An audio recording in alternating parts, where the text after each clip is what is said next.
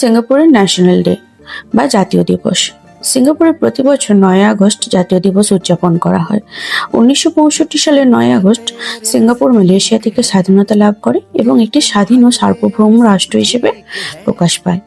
ওই ঐতিহাসিক দিনটি স্মরণে দেশ জুড়ে নানা রকম উৎসব ও অনুষ্ঠানের আয়োজন করা হয়। নমস্কার, আমি শ্রীতনু। আশা করি সবাই খুব ভালো আছেন, আর আমরাও বেশ ভালোই আছি।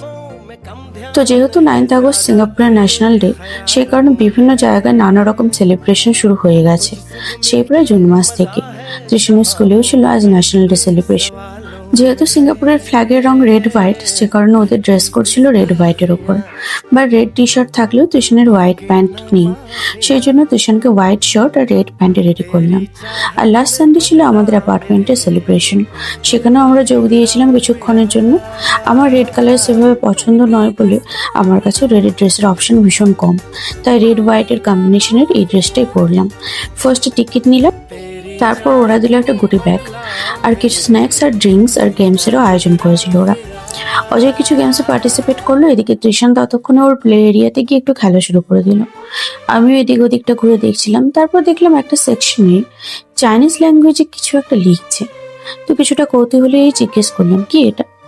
ওরা বলল ইংলিশে কিছু লিখে দে, ওরা সেটা চাইনিজে ট্রান্সলেট করে দেবে আমাদের। তো আমি বললাম, তাহলে তৃষানের নামটা লিখে দাও, একটা মেমোরি হয়ে থাকুক আমাদের কাছে। অজয় তৃষ্ণের নামটা লিখে দিল ওদের দিতে। ওরা কত সুন্দরভাবে চাইনিজে লিখে দিল। এই যে দেখুন, কি কিউট লাগছে না দেখতে।